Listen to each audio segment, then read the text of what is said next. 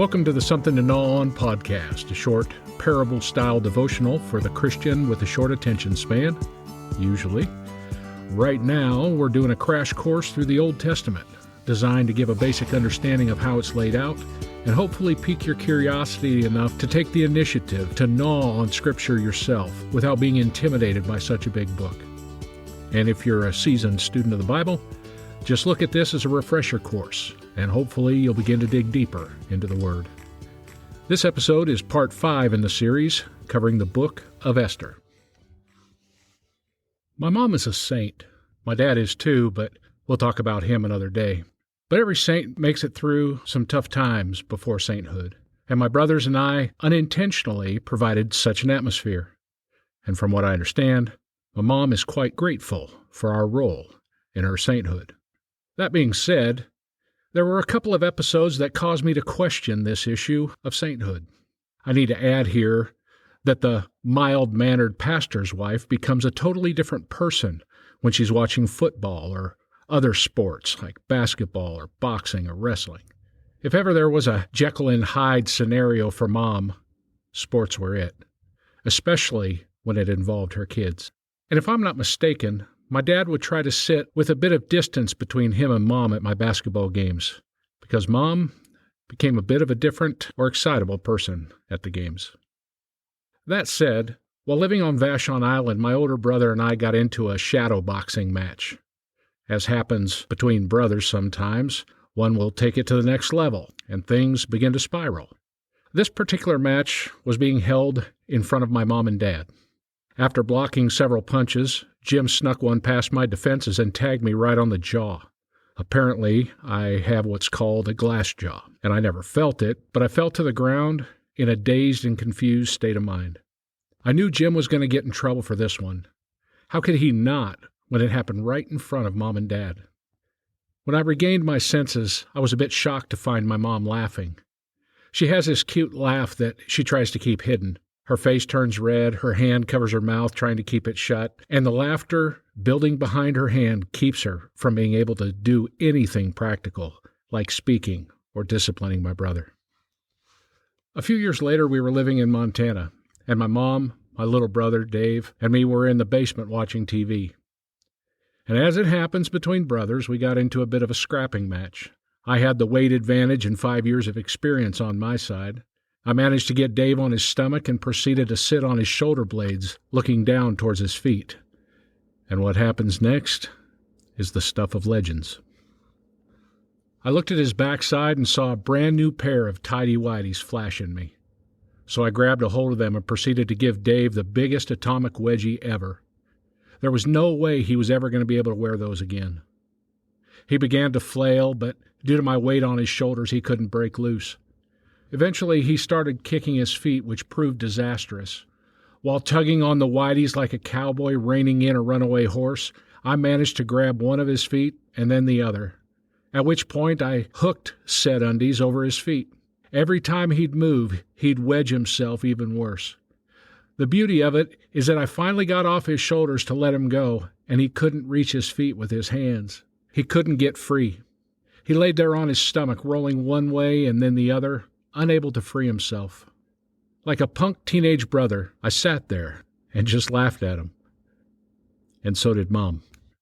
He looked up at her to be saved from this predicament, just like she had done so many times before. But her laughter paralyzed her, and she just sat in the rocking chair, red-faced with laughter, eyes watering, and unable to do anything in the moment. The look on Dave's face was priceless. Looking up to be saved by Mom, only to be disappointed by her inability to act on his behalf in the moment.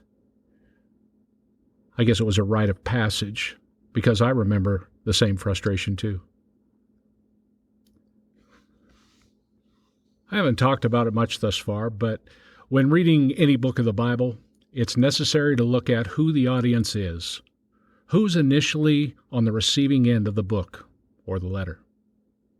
Understanding what the audience was going through helps us with the original intent of Scripture. Looking at the audience of Chronicles, Ezra, and Nehemiah, and we'll get to Nehemiah next week, but there's an underlying theme, and the book of Esther is no exception to this. The original audiences for these books is the exiles that remained in the Babylonian Empire, and the actual events happen in the capital city of Susa. Several baseline questions arise for the exiles.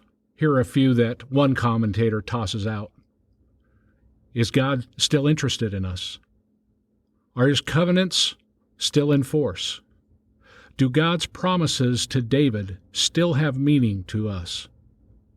This is a group of people laying on the ground, metaphorically speaking, in exile, and looking up like my little brother did to be set free from their torment. And if ever there was a book that answered these questions with a resounding yes, Esther may be it.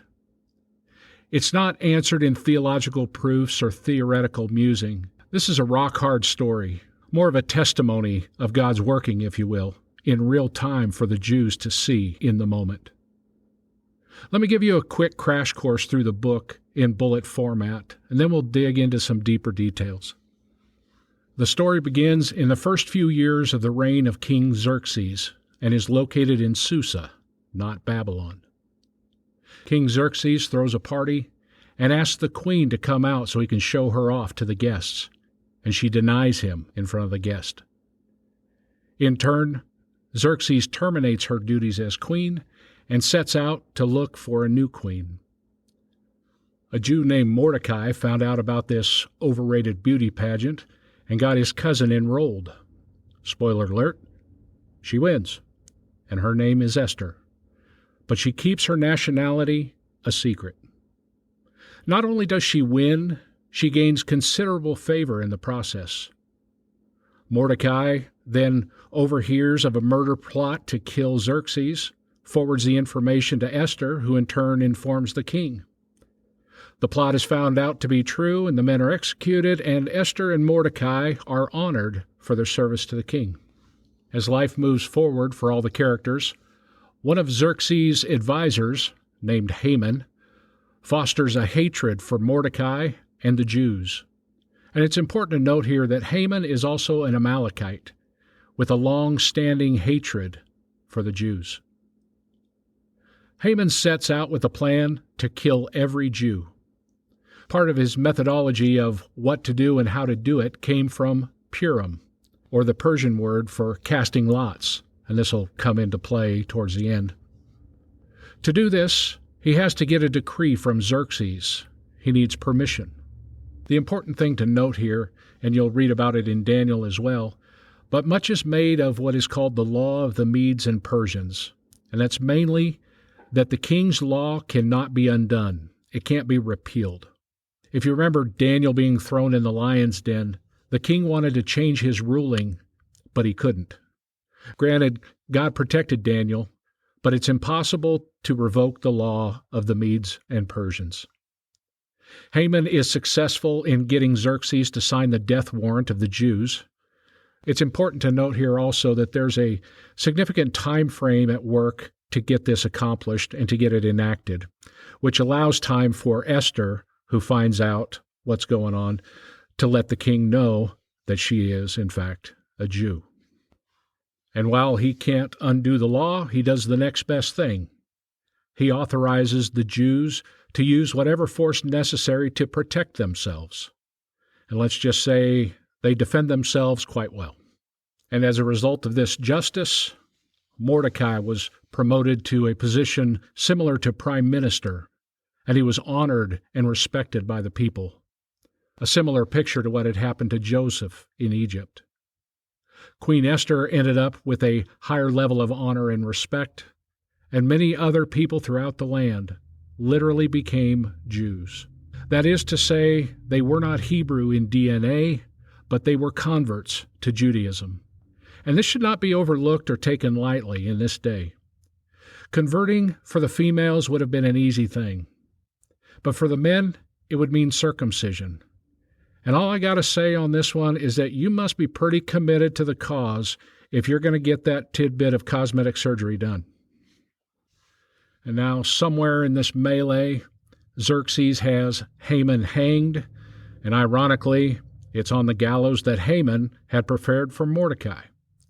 And shortly after Haman's death, his 10 sons are hanged on there too. And to round out the events, Queen Esther establishes a festival to celebrate being saved from extermination, and oddly enough, it's called the Festival of Purim. And with that, you have the Cliff Notes version of the Book of Esther. As quick as that was, I will tell you that there is so much more to go through, so much more to extract from the story. But for now, that's the nuts and the bolts of it.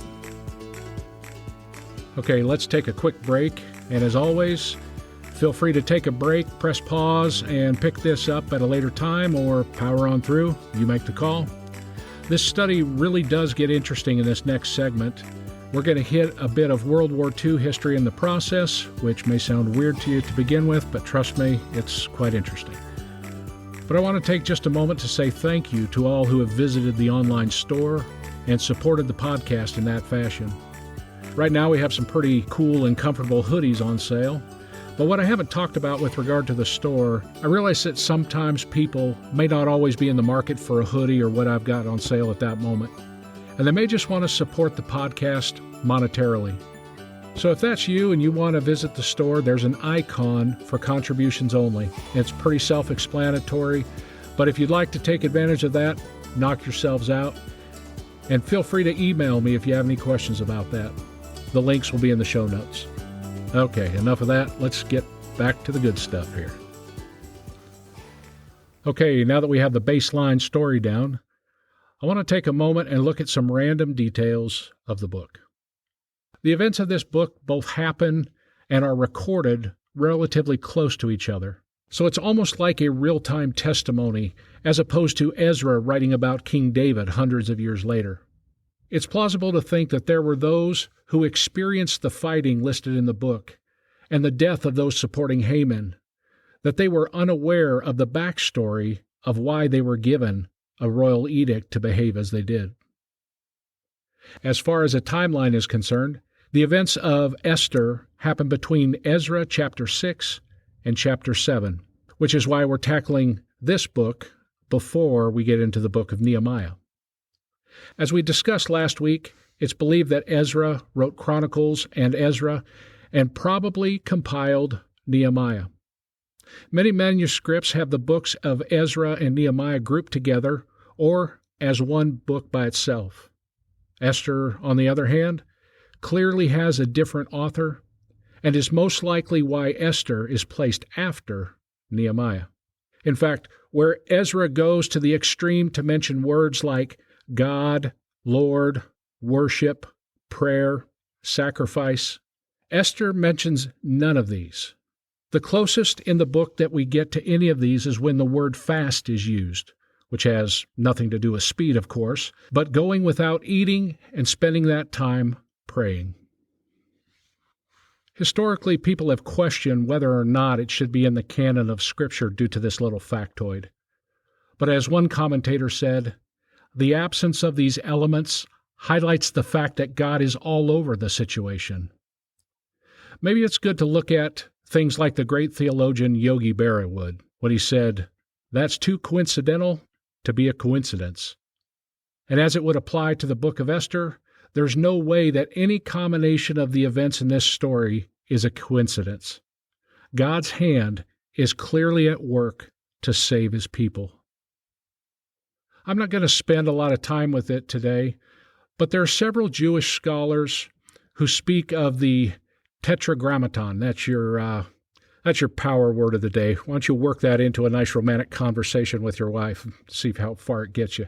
But the tetragrammaton is the 4 Hebrew letters that form the name of God. And you got to love it when they use a 14-letter word to describe a 4-letter word. But anyhow, they point to transcripts of the book of Esther where it appears that these letters appear in code. Of course, that's my verbiage. But the gist of the argument is that God is definitely in the manuscript. And I'll post an article in the show notes from a rabbi that highlights this. Well, I find this intriguing. I'm not convinced of this. And because this doesn't change things biblically one way or another, in fairness, I'll post the article that calls it into question. And I would caution chasing these rabbits, but let me mention one more for the sake of conversation. That article mentions something else that I found intriguing, and that's a date buried in the manuscript in the dating of the death of Haman's sons. And we'll get to that shortly, but the bottom line is that all 10 are hanged. But an interesting number emerges in the manuscript. I'll let you read the full article in detail, but the number counts from creation and prophetically points to October of 1946. And I'll let the rabbis again explain how that works out. But here's the interesting part. Whether you're skeptical about the numbering in the book of Esther, the events of October 16, 1946 are significant. Prior to this date, 12 Nazi officers and architects of Jewish genocide were convicted to be hanged. One ended up committing suicide, one evaded capture and was tried in absentia, and the 10 remaining were to be hanged on October 16, 1946. While the date is interesting, what is of even more interest to me is the last words of a man named Julius Streicher. I hadn't heard of Streicher before this, but he was one of the most vehement proponents of genocide. He stopped on the first platform of the gallows with a terrifying shriek yelled "Heil Hitler," then proceeded to yell 2 more simple words: Purim Fest 1946.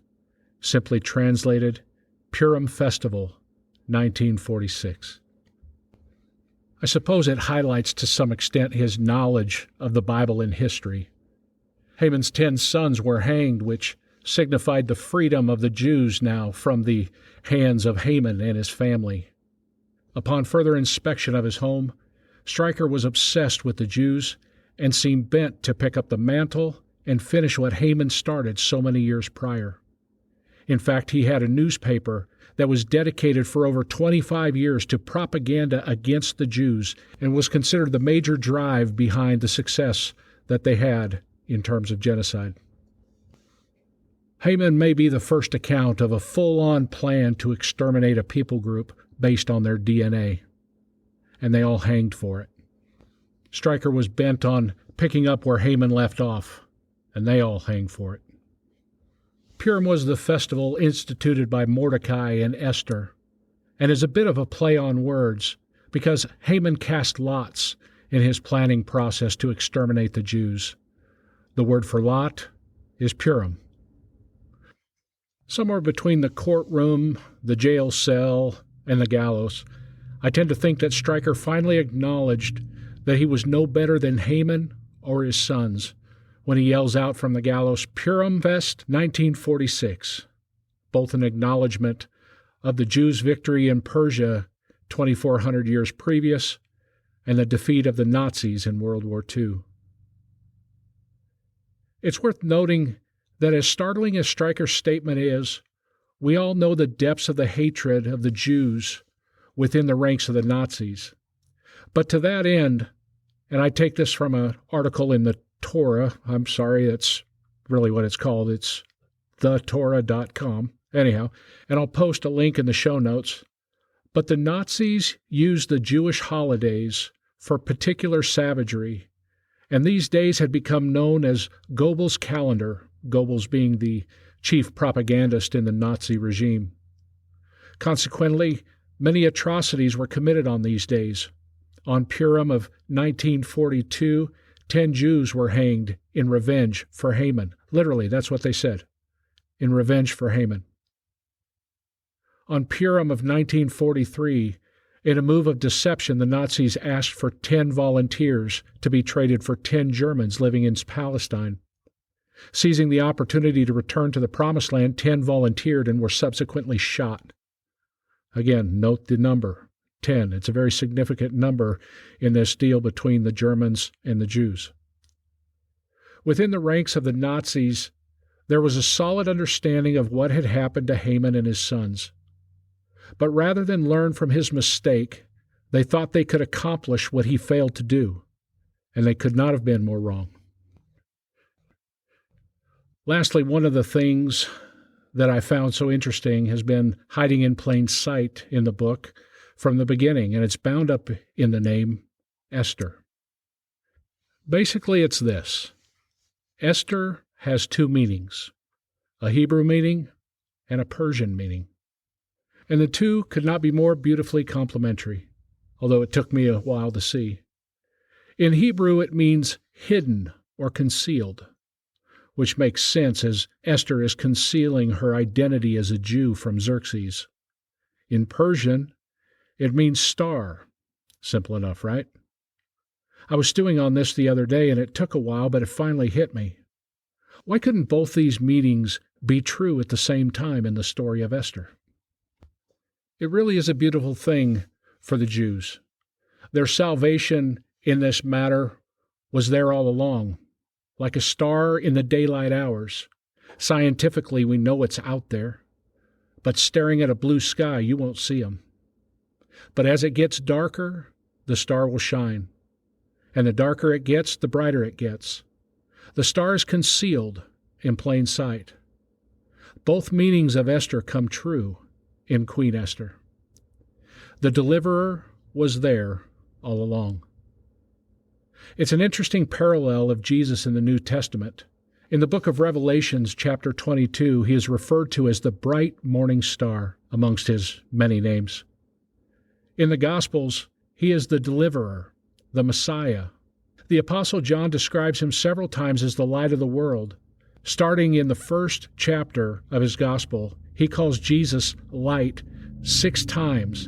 And in the great chapter 3, where we get the most famous verse, "For God so loved the world that he gave his one and only Son," in that chapter, he refers to Jesus as light 5 times.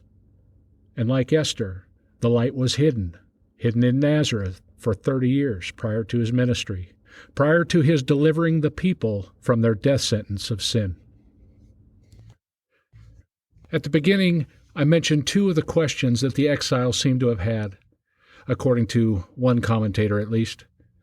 Those questions were, is God still interested in us? And do God's promises still have meaning to us? And the answer in Esther is a resounding yes. With regard to the question of, do God's promises still have meaning or application to us? I would say in addition to the messianic promises, I think of the promises recorded in Psalms, like Psalm 91, quote, "The Lord says, I will rescue those who love me, I will protect those who trust in my name, and when they call on me, I will answer." Now, let me break in here real quick. If you know the story, what did Esther and Mordecai do before she approached the king? It's the only place in the book where anything remotely close to religious or spiritual happens. And again, the book has no record of the word God or pray or worship or sacrifice. But in Esther chapter 4, the queen calls Mordecai to assemble all of the Jews in Susa for a fast for 3 days. And she commits her maids and herself to fast for 3 days. And I think it's fair to assume that they didn't just gather to simply not eat. They gathered to fast and pray. Here's how God's promise finishes out in Psalm 91, quote, "I will be with them in trouble. I will rescue them and honor them. I will reward them with long life and give them my salvation," end quote. And like other episodes in history, this is exactly what happens in Esther. This is that moment when the exiles are on the ground like my little brother. Although it's obviously more severe circumstances, they're looking up at God and saying, "Are you going to act on our behalf in this moment?" And the answer in Esther is a resounding yes. And while this book was initially written to the exiles, there is definitely application for us today. Is God interested in us? Is God interested in you? Will he honor the promises of his word?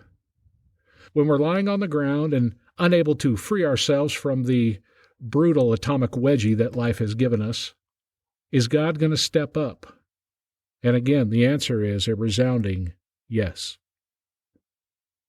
And I should add, as I wrap up this episode, that despite my depiction of my mom in this episode as a fanatical sports mom who laughs hysterically at our pain, she's one of the most godly women I know, and she's a treasure for sure. And the beauty of this episode is that her middle name is none other than Esther, a true star, hidden for a while as a sports mom, but a star nonetheless.